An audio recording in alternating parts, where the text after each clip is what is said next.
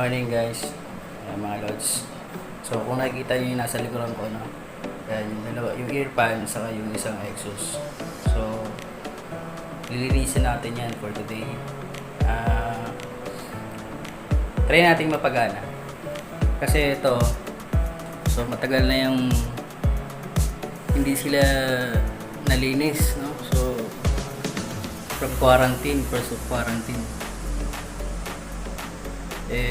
wala tayo dito, so nakabalik tayo ngayon. So ngayon try natin siyang linisin, and then try natin paganahin. After, tingnan natin kung mapapagana natin, no? After niyang malinis guys. So update ko kayo later. Yeah. Came in 17. Damn. Give me my money.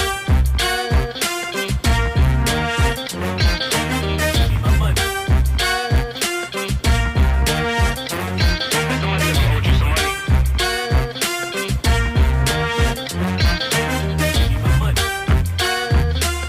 Hey, check this out though.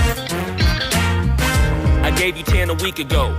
You told me that you got me when your check came home. I've been waiting patiently cause you my homie, bro. But times is getting hard, so I'ma need to see that cheddar though. You ain't been picking up, you finding escapes. I might have to white you out just like you Colgate. You been ducking at the crib thinking that you safe, but little do you know I'm posted right up in your driveway. I'ma beat you up, I'ma tear you down, I'ma turn your little smile into a big ol' frown. Cause evidently you don't wanna send a message now, and you holding to my money like you Oscar proud. I'ma find you, and I'ma get you. I'ma stick into your head just like I'm Cantu.